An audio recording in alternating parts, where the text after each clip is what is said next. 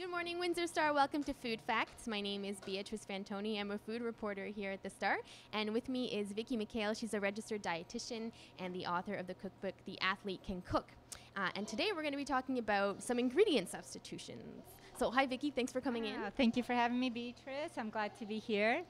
Oftentimes we don't know how to cook things in a healthier way, and having some substitutions that offer the dish to become a little healthier makes it more comfortable eating without feeling any guilt.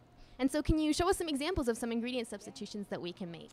I think yogurt is one of the best ones to have on hand. The plain is the best as well, with no additives to it, because it can be used in so many different areas of our cooking and eating habits in the day.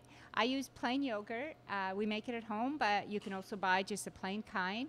And places you can put it in would be in lieu of yogurt or egg and oil when you're making a coating for, let's say, chicken fingers or chicken breasts. I would coat it with yogurt first and then breadcrumb it and then bake it. With yogurt, you can also make smoothies out of them that are much healthier. I find that adding your own fruit into it makes it. I use it to make ice cream. I freeze it for a couple of hours and it just tastes close enough to ice cream without the extra fat and calories.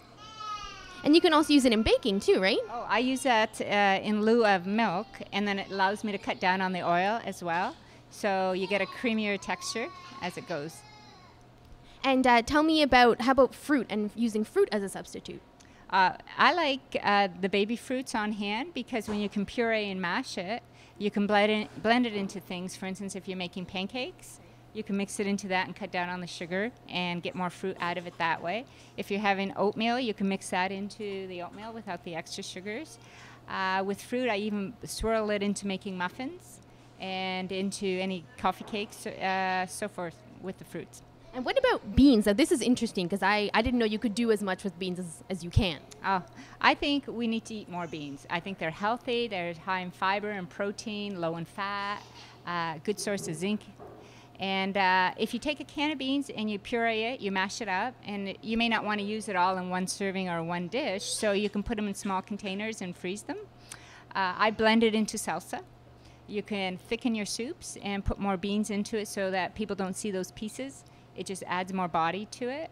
You can do it in casseroles as well. And if you're making things like tacos or burritos, it helps to improve the nutritional value of them. And how about eggs? Eggs are a high quality protein. They're low in calories overall for the protein that you get with it. And I find if you want to bake things and cut down on the oils, I would use an egg and reduce the amount of oil into it. You can use more egg whites in your omelets, so it increases the protein as well. I just like how it stretches out your dishes too, if you're making things like French toast and adding more egg whites to it. And lastly, what about vinegars? Vinegars are come in varied flavors today. So if you're making salad dressings, you could always add milder vinegars, because usually a salad dressing is 3-part oil and 1 part vinegar. So when you cut down on the oil and you want to increase the vinegar, getting a milder vinegar allows you to cut down that way. Okay, great. Yeah. Thanks so much for speaking with us today, Vicki. Thanks for having me. Mm-hmm.